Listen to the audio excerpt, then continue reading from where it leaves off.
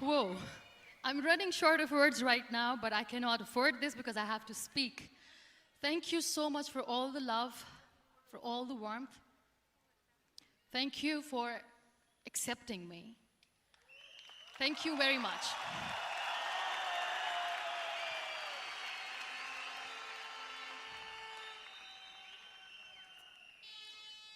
Well, I always start my talk with a disclaimer.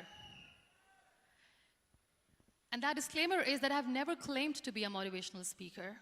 Yes, I do speak, but I feel more like a storyteller because wherever I go, I share a story with everyone. Well, it is a story of a woman whose perfectly imperfect life made her who and what she is today. It's the story of a woman who, in pursuit of her dreams and aspirations, made other people realize that if you think that your life is hard and you're giving up on that because you think your life is unfair, think again. Because when you think that way, you are being unfair to your own self. It's the story of a woman who made people realize that sometimes problems are not too big. We are too small because we cannot handle them.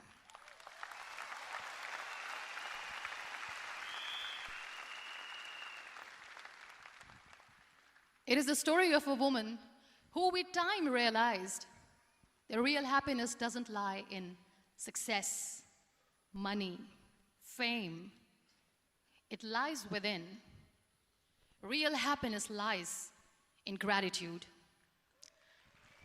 So I am here, and I'm going to share the story of that woman. That is my story. The story of gratitude.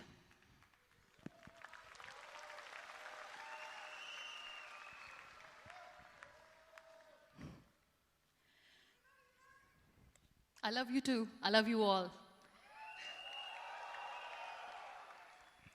I believe in the power of words. Many people speak before they think. But I know the value of words. The words can make you, break you, they can heal your soul, they can damage you forever. So I always try to use the positive words in my life wherever I go. They call it adversity, I call it opportunity. They call it weakness, I call it strength. They call me disabled, I call myself differently abled. They see my disability. They see my disability, I see my ability. There are some incidents that happen in your life, and those incidents are so strong that they change your DNA. Those incidents or accidents are so strong that they break you physically. They deform your body, but they transform your soul.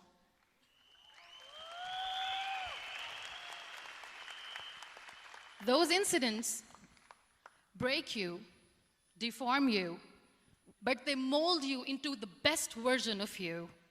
And the same thing happened to me. And I'm going to share what exactly happened to me. I was 18 years old when I got married. And this thing I'm sharing for the very first time on an international level. I was 18 years old when I got married. I belonged to a very conservative family, a Baloch family, where good daughters never say no to their parents. My father wanted me to get married. And all I said was, if that makes you happy, I'll say yes. And of course, it was never a happy marriage. Just about after 2 years of getting married, about 9 years ago, I met a car accident. Somehow my husband fell asleep and the car fell in the ditch. He managed to jump out, saved himself. I'm happy for him. But I stayed inside the car and I sustained a lot of injuries. The list is a bit long. Don't get scared. I'm perfectly fine now. Radius ulna of my right arm were fractured. The wrist was fractured. Shoulder bone and collarbone were fractured. My whole rib cage got fractured. And because of the rib cage injury, lungs and liver were badly injured. I couldn't breathe. I lost urinary bowel control. That's why I have to wear the bag wherever I go. But that injury that changed me and my life completely as a person and my perception towards living my life was the spine injury. 3 vertebrae of my backbone were completely crushed, and I got paralyzed for the rest of my life. So this accident took place in a far-flung area in the outskirts of a very small province, Balochistan, where there was no first aid, no hospital, no ambulance. I was in the middle of nowhere in that toppled car. Many people came to rescue. They gave me CPR. They dragged me out of the car. And while they were dragging me out, I got the complete transection of my spinal cord. And now there was this debate going on. Should we keep it here? She's going to die. Where should we go? There is no ambulance. There was this 4-wheeler Jeep standing in the corner of the street. They said, put her in the back of the Jeep and take her to the hospital, which is 3 hours away from this place. And I still remember that bumpy ride. I was all broken. They threw me at the back of the Jeep and they rushed me to the hospital. That is where I realized that my half body was fractured and half was paralyzed. I finally ended up in a hospital where I stayed for 2.5 months. I underwent multiple surgeries. Doctors have put a lot of titanium in my arm. There's a lot of titanium at my back to fix my back. That's why people in Pakistan call me the Iron Lady of Pakistan.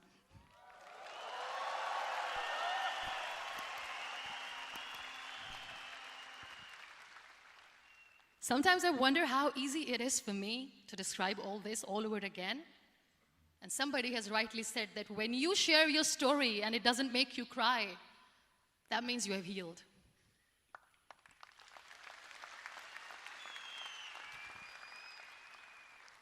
Those 2.5 months in the hospital were dreadful. I will not make up stories just to inspire you. I was at the verge of despair. One day, doctor came to me and he said, well, I heard that you wanted to be an artist, but you ended up being a housewife. I have a bad news for you. You won't be able to paint again because your wrist and your arm are so deformed, you won't be able to hold a pen again. And I stayed quiet. Next day, doctor came to me and said, your spine injury is so bad, you won't be able to walk again. I took a deep breath and I said, it's all right. The next day, doctor came to me and said, because of your spine injury and the fixation that you have in your back, you won't be able to give birth to a child again. That day, I was devastated. I still remember, I asked my mother, why me? And that is where I started to question my existence. Why am I even alive? What's the point of living? I cannot walk, I cannot paint, fine. I cannot be a mother. And we have this thing in our heads, being women, that we are incomplete without having children. I am going to be an incomplete woman for the rest of my life. What's the point? People are scared. They think I will get divorced. What is going to happen to me? Why me? Why am I alive? We all try to chase this tunnel. We all do this because we see light in the end of the tunnel, which keeps us going. My dear friends, in my situation, there was a tunnel that I had to roll on, but there was no light. And that is where I realized that the words have the power to heal the soul. My mother said to me, this too shall pass. God has a greater plan for you. I don't know what it is, but He surely has.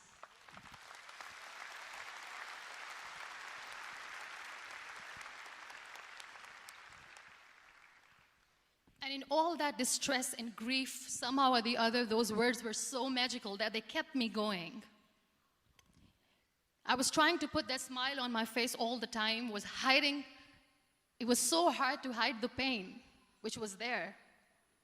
But all I knew was that if I will give up, my mother and my brothers will give up too. I cannot see them crying with me.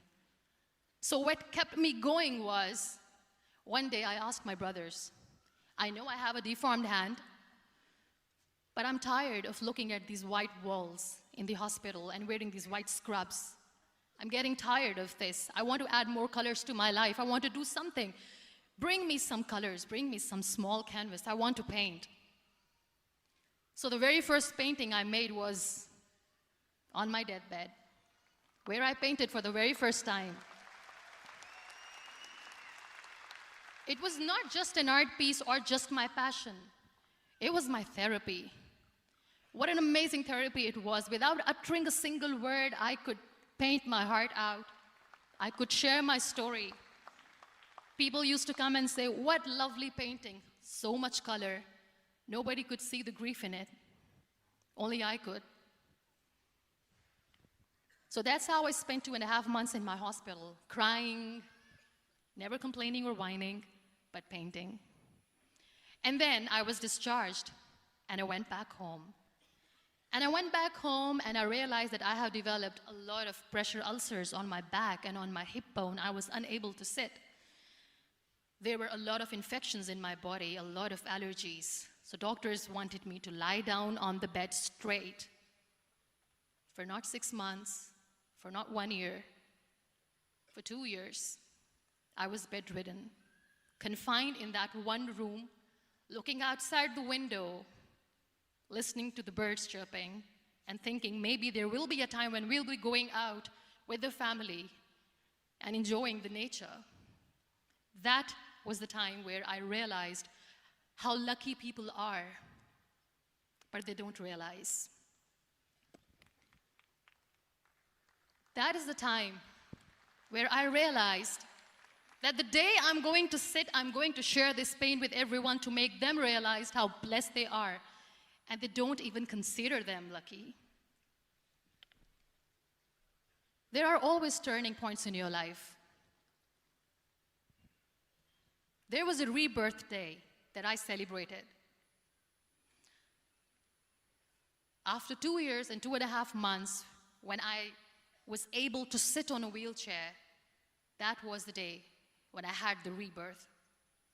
I was a completely different person. I still remember the day I sat on the wheelchair for the first time, knowing that I'm never going to leave this, knowing that I won't be able to walk for the rest of my life. I saw myself in the mirror, and I talked to myself. And I still remember what I said. I cannot wait for a miracle to come and make me walk. I cannot sit in the corner of the room crying, cribbing, and begging for mercy because nobody has time. So I have to accept myself the way I am. The sooner, the better. So I applied the lip color for the first time.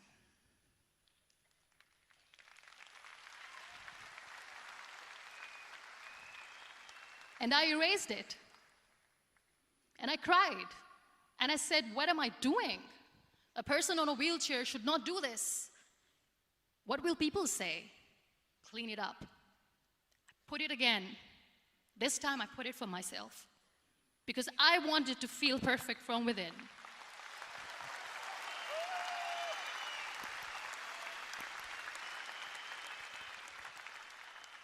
And that day I decided that I'm going to live life for myself. I am not going to be that perfect person for someone. I am just going to take this moment and I will make it perfect for myself. And you know how it all began? That day I decided that I'm going to fight my fears. We all have fears. Fear of unknown, fear of known, fear of losing people, fear of losing health, money. We want to excel in career, we want to become famous, we want to get money. We are scared all the time. So I wrote down one by one all those fears. And I decided that I'm going to overcome these fears one at a time. You know what was my biggest fear? Divorce.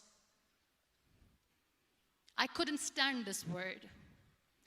I was trying to cling on to this person who didn't want me anymore, but I said no. I have to make it work. But the day I decided that this is nothing but my fear, I liberated myself by setting him free. And I made myself emotionally so strong that the day I got the news that he's getting married, I sent him a text that I'm so happy for you and I wish you all the best. And he knows that I pray for him today.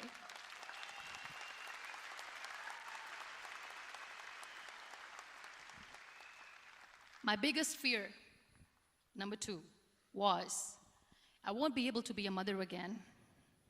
And that was quite devastating for me. But then I realized there are so many children in the world, all they want is acceptance. So there is no point of crying, just go and adopt one.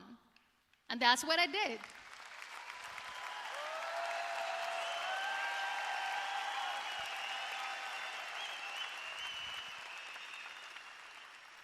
I gave my name in different organizations, different orphanages. I didn't mention that I'm on a wheelchair, dying to have a child.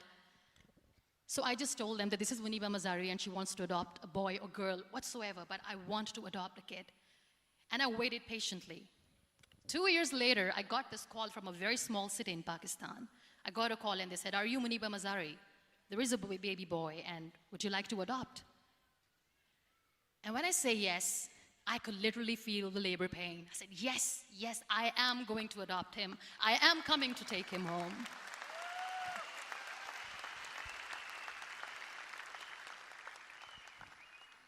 And when I reached there, the man was sitting and he was looking at me from head to toe.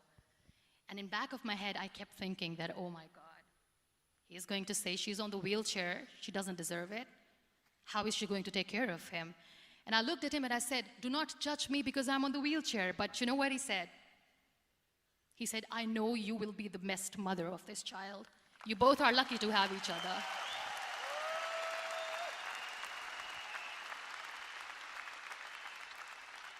And that day, Niall was 2 days old, and today he's 6.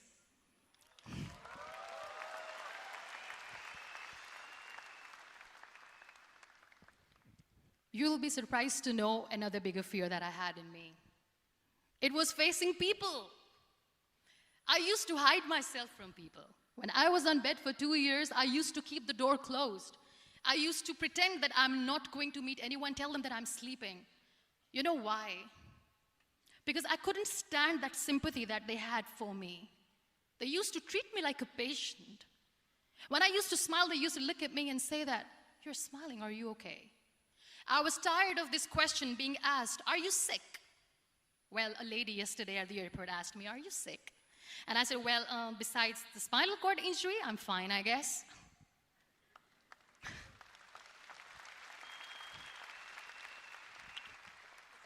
But those are really cute questions. They never used to feel cute when I was on the bed. So I used to hide myself from people, knowing that, oh my God, I'm not going to see that sympathy in their eyes. It's all right. And today I'm here speaking to all these amazing people because I have overcome the fear.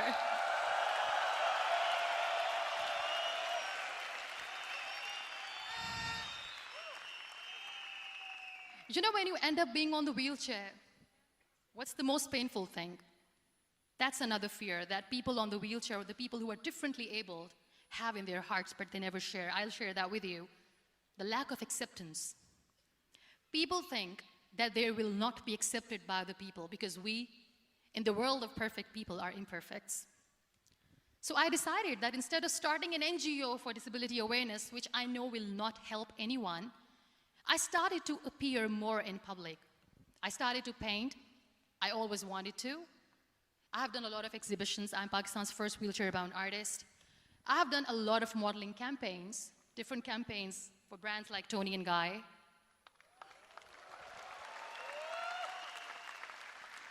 I have done some really funny, breaking the barriers kind of modeling.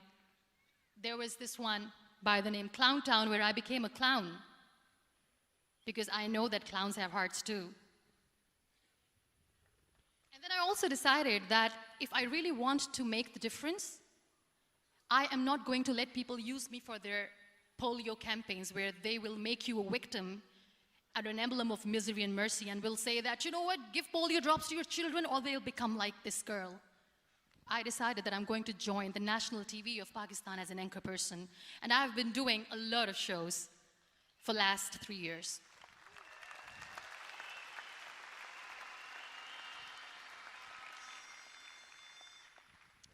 So when you accept yourself the way you are, the world recognizes you.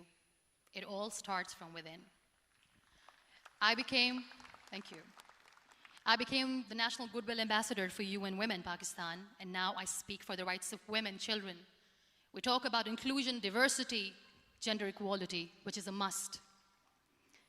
I was featured in BBC 100 Women for 2015. I'm one of the Forbes 30 under 30 for 2016. And it all didn't happen alone. You all are thriving in your careers. You have bigger dreams and aspirations in life. Always remember one thing. On the road to success, there is always we, not me.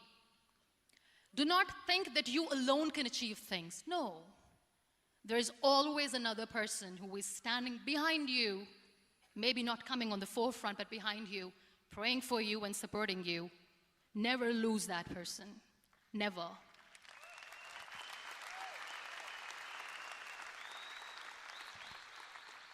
No matter how much I say that I couldn't find a hero, so I became one, I still want to recognize those 3 people in my life who literally changed my life completely, and I get inspiration from them every single day. Waleed Khan. Many people know about the terrorist attacks in Pakistan. We have lost many people. And I'm sharing this with a very heavy heart because we actually have lost a lot of people in this huge turmoil of terrorism. These people are barbarians. They do not see people. They're even worse than animals. They have killed people in mosques. They have killed people in churches, temples, even in schools. There was this terrorist attack in Army Public School, Peshawar, where these terrorists entered in an examination hall and they killed our children. And in that attack, that day, this beautiful boy, Waleed Khan, who was my hero, my real life hero, was the proctor who was taking care of the students, was keeping an eye on the students.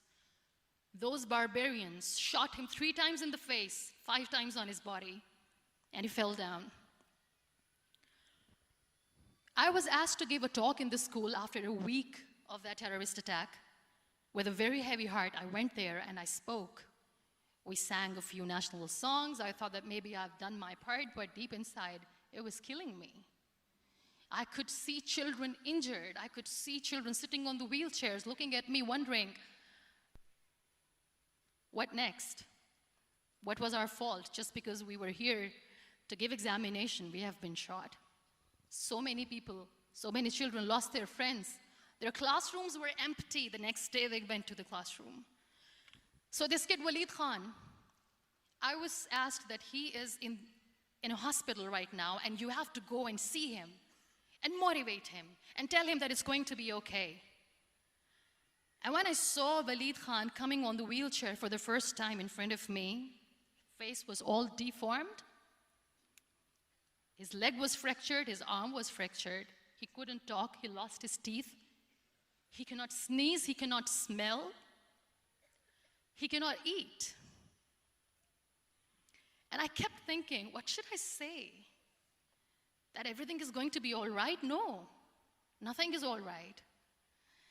And while I was juggling with the words, what to say, what not to say, this beautiful child, Waleed Khan, came to me and he said, "Are you Muniba Mazari?" I said, "Yes." He said, "Baji, let's take a selfie."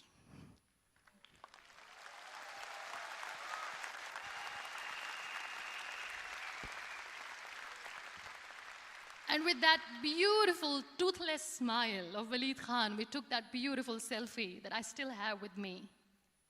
I don't share that here because he was in a very bad shape that time. And that is where I realized that when I was thinking too much about his deformities, he's happy with himself. He doesn't even care. Because today he goes in the same school, and when somebody asks him that what happened to your face, why so many scars, you know what he says? "These scars are my medals and I wear them with pride."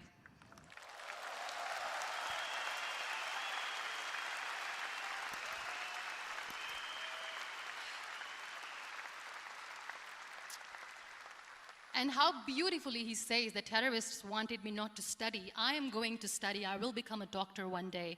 And this is my way of taking revenge from those terrorists.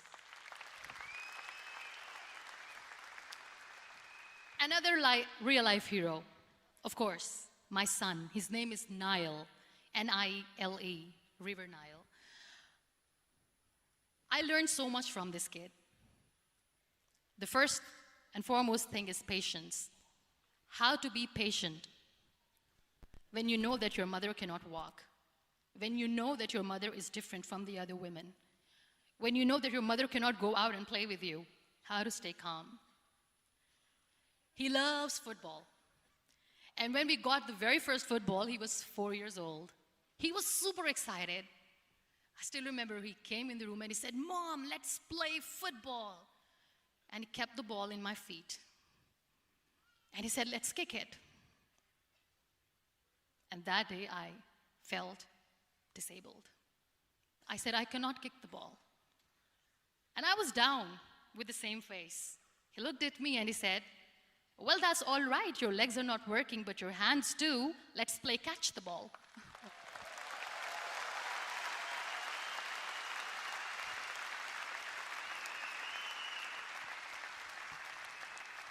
You know what? That day he made me realize that when you think your glass is half empty, come on, your glass is half full. It's all in here and here. Last but not least, the woman who made me realize that heroes have no gender. The woman who believed in me even when I was completely at the verge of despair, where everybody left, she was there. And every time I looked at her, without saying anything, she used to look at me and said, "This too shall pass. God has a bigger plan. And one day you will say that, oh my God, that is why God has chosen me." She never cried in front of me. She has always said that there will be haters, there will be naysayers, there will be disbelievers, and then there will be you proving them wrong. My mother.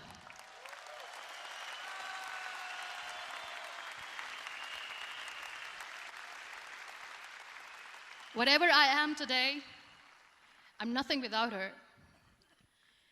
I'm nothing without her.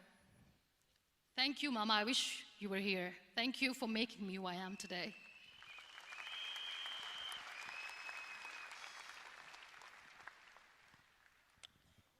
You know what? We human beings have a problem. Out of many problems, there is one more, and this is self-created one.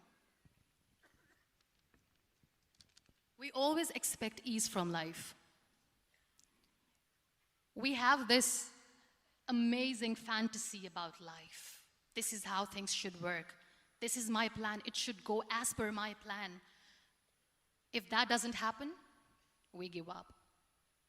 So my dear friends, let me tell you one thing. I never wanted to be on the wheelchair.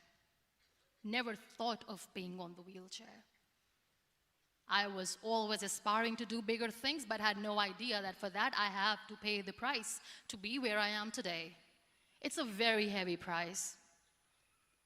This life is a test and a trial, and tests are trials are never supposed to be easy. So when you're expecting ease from life, and life gives you lemons, then you make the lemonade, and then do not blame life for that, because you were expecting ease from a trial. Trials make you a stronger, better person. Life is a trial, and with time you realize that.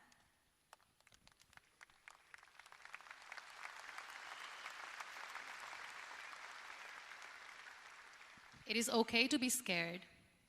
It is okay to cry. Everything is okay, but giving up should not be an option.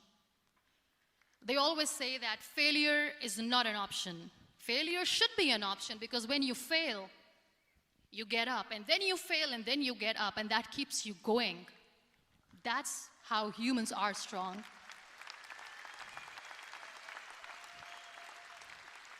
Failure is an option, should be an option, but giving up is not. Never. We have this thing in minds. We call it perfection. We want everything perfect. We want ourselves to be perfect. There is this image in our head about everything. Perfect life, perfect relationships, perfect career, perfect amount of money that we need to earn no matter what. Nothing is perfect in this world. We all are perfectly imperfect, and that is perfectly all right. That's all right. We were sent here not to become the perfect people. Those people who tell you how to look perfect, even those people are imperfect. Trying to fight this fear of looking imperfect.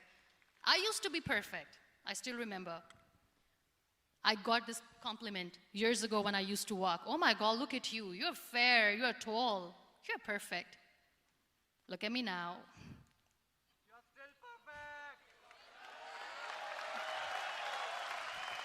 Only the perfect eyes can see that. Only the perfect eyes will see that. Only the perfect eyes will see that. So yes, in all those imperfections, you have to listen to your heart. You don't have to look good for people. You don't have to be perfect just because other people want you to be perfect. If your soul is perfect from within, that's all right. This is all what you want. This is all what you need to be. Our society has made very weird kind of norms to look perfect and great. For men, it's different. For women, it's different. We think too much about what people say. We listen to ourselves too little. You know what makes you perfect? When you make someone smile. You know what makes you perfect? When you try to do something good for the people around you. You know what makes you perfect? When you feel someone's pain. And how beautiful pain is that it connects you with people. No other medium can connect you with others but pain. That's why I always say that I'm in pain, and that's a blessing in disguise for me. Today, just because I'm in pain and I'm on the wheelchair, I work for children. Being the head of CSR for a company, we conduct medical camps in far-flung areas of Pakistan where so many kids die because they don't have medical facilities. And I personally believe just because they cannot afford to live doesn't mean we'll let them die.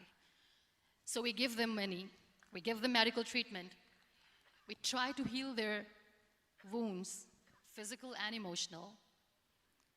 And I also work for the beautiful people, we call them third gender, the transgender community of Pakistan. You know what connects me with them? All my imperfections. When I go and I hug them, they never judge me. And this very good friend of mine, her name is Bijli. Bijli means electricity. She calls herself electricity. And I said, are you electricity? She says, no, I'm lightning. I'm as strong as lightning. Because we have very bad power outage, so she doesn't want me to call her electricity. So she says, I am very strong. I'm thunder, I'm lightning. She came to me, and the first time I hugged her, she said, you are just like me. And I said, yes, I am like you. Because to people, we are so imperfect. So how beautiful these imperfections are, that because of these imperfections, you can connect with people. Then why are we all running after being perfect? What's the point?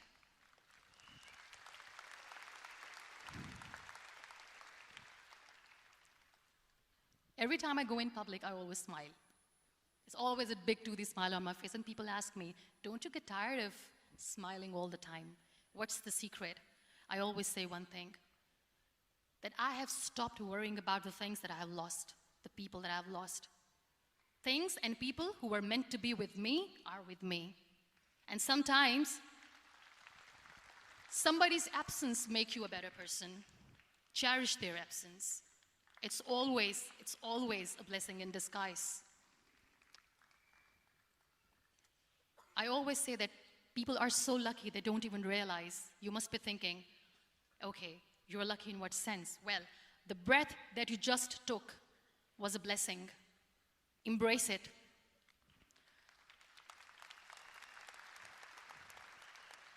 There are so many people in the world who are dreaming to live a life that you are living right now. You have no idea. Embrace each and every breath that you are taking. Celebrate your life. Live it. Don't die before your death. We all die.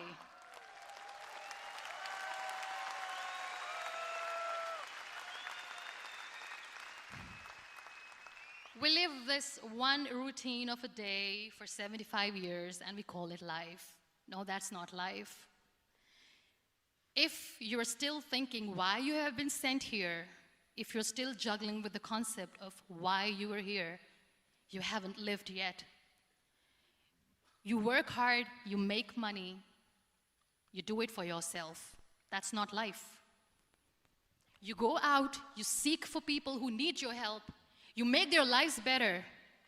You become that sponge which can absorb all the negativity, and you become that person who can emit beautiful, positive vibes. And when you realize that you have changed someone's life, and because of you, this person didn't give up, that is the day when you live. Always.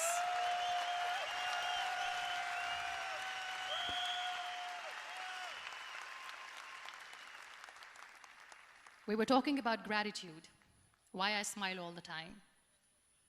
I cry all night when nobody sees me, because I'm a human and I have to keep the balance. And I smile all day because I know that if I will smile, I can make people smile. That keeps me going.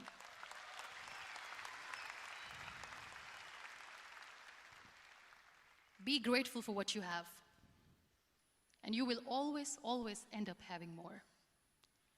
But if you'll cry and if you'll crib for the little things that you don't have or the things that you have lost, you will never ever have enough. Sometimes we are too busy thinking about the things that we don't have that we forget to cherish the blessings that we have. I'm not saying that I'm not healthy and that makes me unlucky, but yes, it is hard. It is hard when I say that I cannot walk. It is hard to say when I wear this bag. It hurts. But I have to keep going, because never giving up is the way to live, always.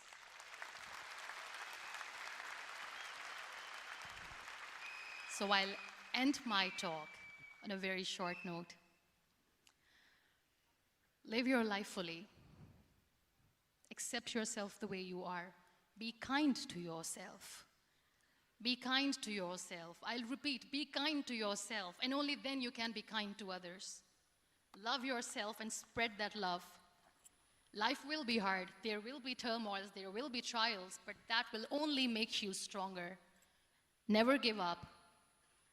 The real happiness doesn't lie in money or success or fame. I have this all, I never wanted this. Real happiness lies in gratitude. So be grateful, be alive, and live every moment. Thank you so much, everyone. Thank you.